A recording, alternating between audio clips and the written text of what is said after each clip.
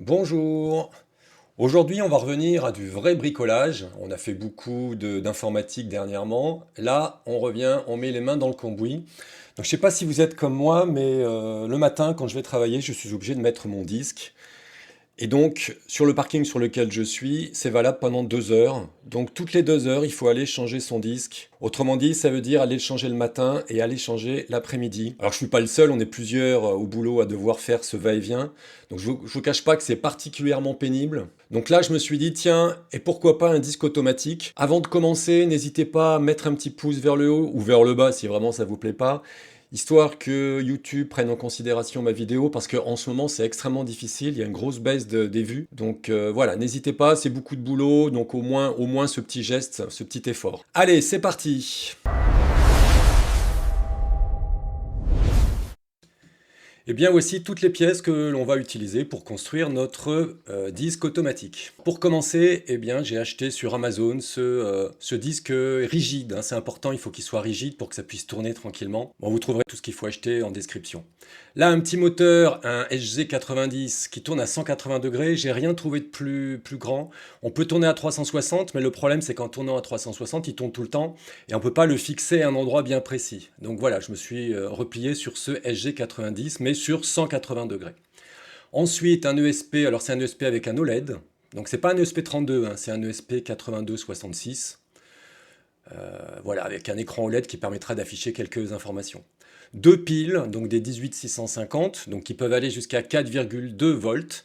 Je vais les mettre en série pour atteindre 8,4 volts. C'est de la récupération d'un ordinateur, donc elles m'ont pas coûté bien cher. Un convertisseur qui va nous permettre de convertir les fameux 8,4 volts en 5 volts, parce que tout ce que j'ai là, notamment l'ESP, fonctionne en 5 volts. Un petit appareil qui permet de garder l'heure avec une pile. Et pour finir, un petit interrupteur. Donc ce petit interrupteur, en fait, c'est un petit bouton, il sera placé sous l'ensemble. Donc il y aura l'ESP, enfin tout sera en dessous. Il y aura l'interrupteur, le petit bouton qui sera en dessous. Et quand je viendrai poser mon disque sur le tableau de bord, eh bien, il appuiera sur le bouton et ça enclenchera l'ensemble.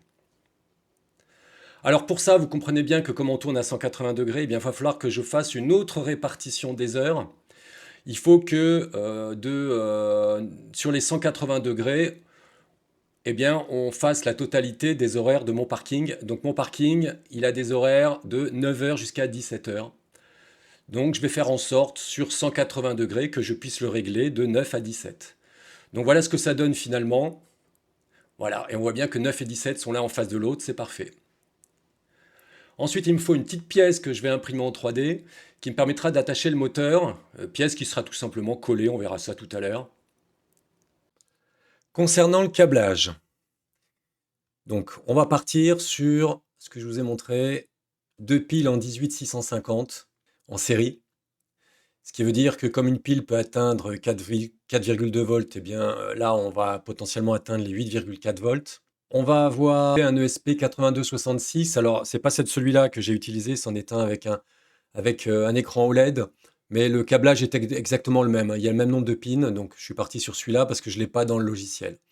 Donc il va falloir qu'on branche cet ESP, et cet ESP fonctionne en 5 volts. Donc évidemment il va falloir qu'on convertisse nos 8,4 volts en 5 volts. Donc moi j'utilise ce convertisseur-là, où il y a une petite ici, un petit réglage ici.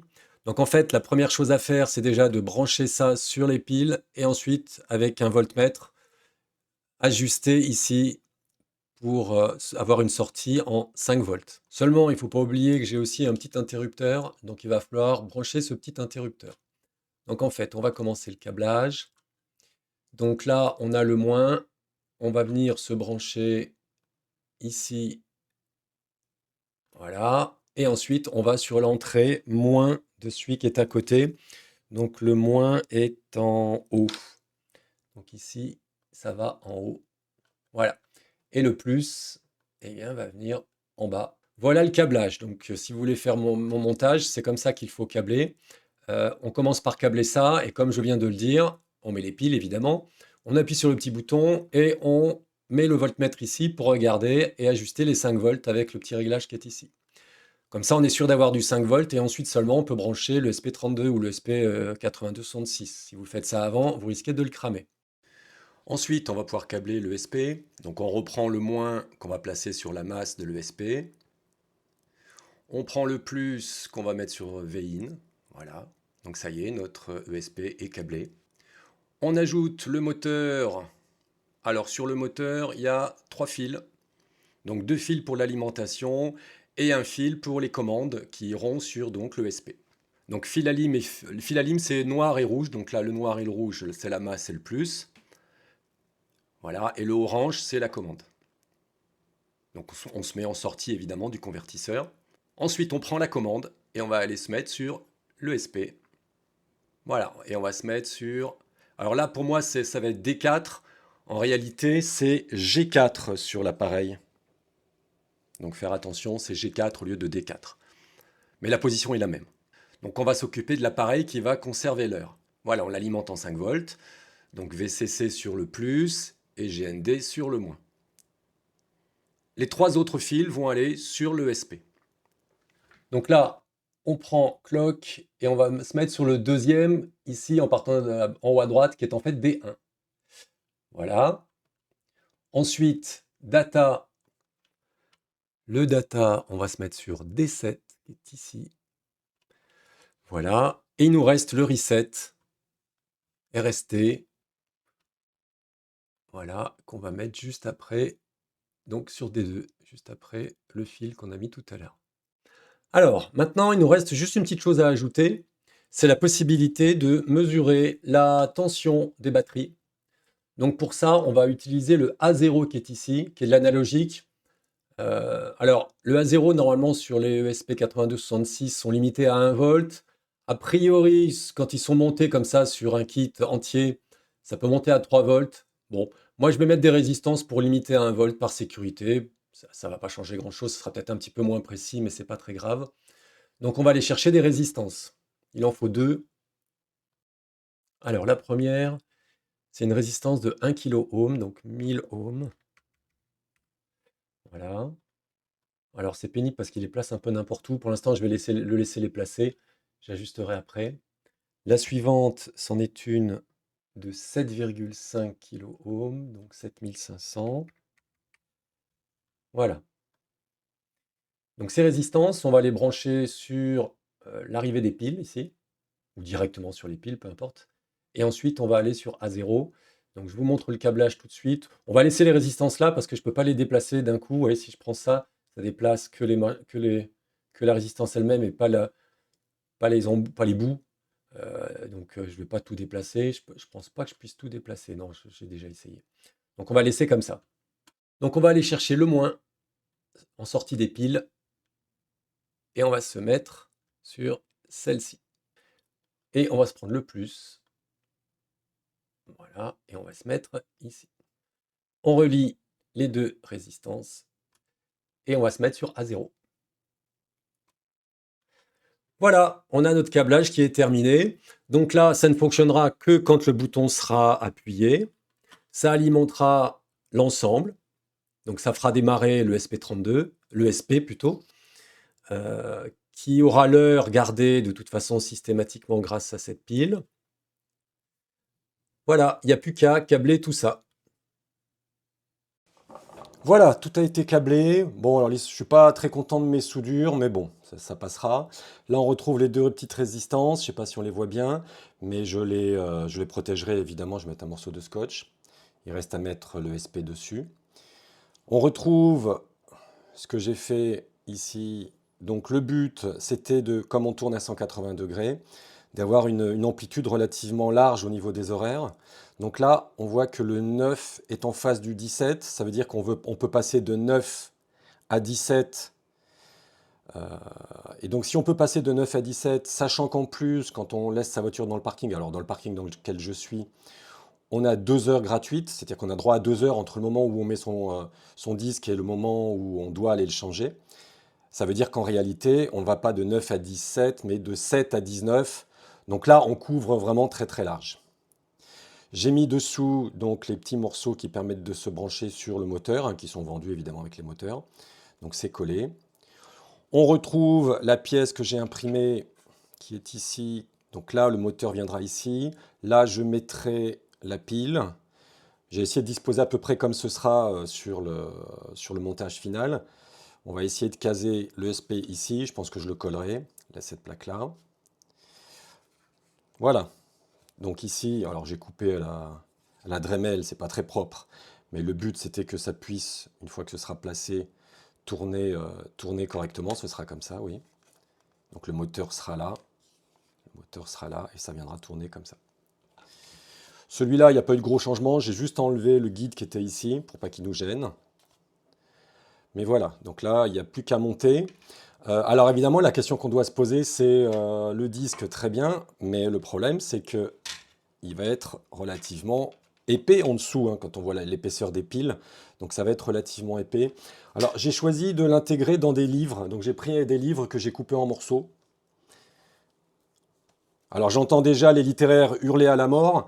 Alors ça va les rassurer tout de suite quand ils vont savoir que ce sont des livres de maths. Et donc là, on va passer du hurlement à la mort à une joie certaine, j'imagine. Donc j'ai pris 2 livres de maths. J'ai mis mon interrupteur ici pour que quand je vais le poser sur le tableau de bord, boum, ça appuie et ça ouvre le contact.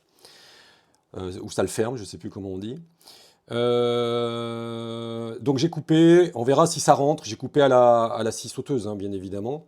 J'ai coupé à la scie sauteuse. J'ai prévu des vis ici. Donc j'ai fait des trous à la perceuse pour pouvoir à ce que l'ensemble tienne.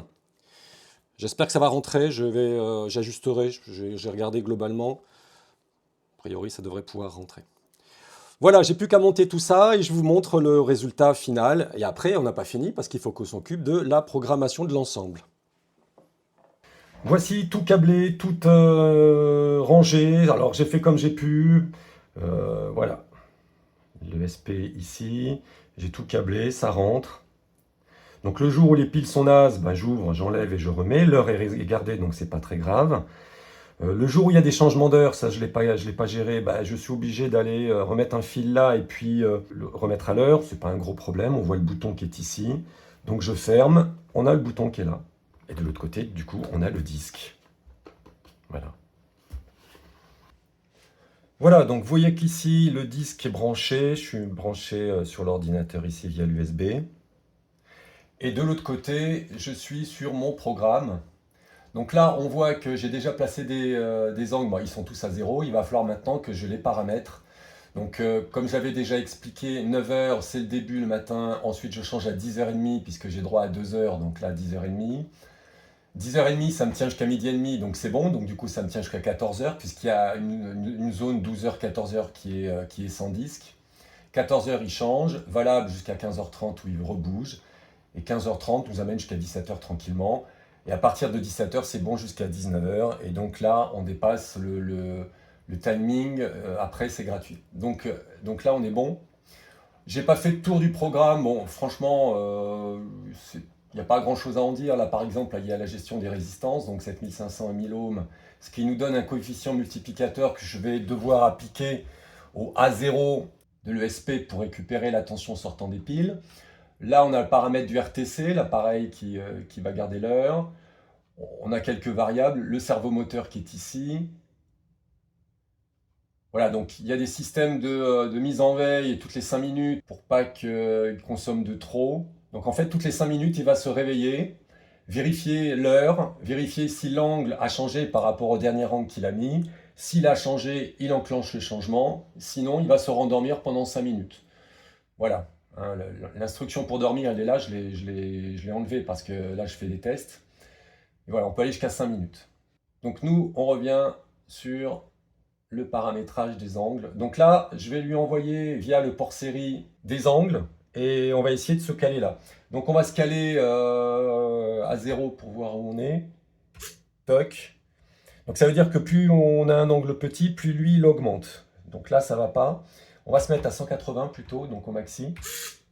Voilà. Et donc là, je vais régler la position de mon disque initial, puisque je l'ai mis un peu au hasard.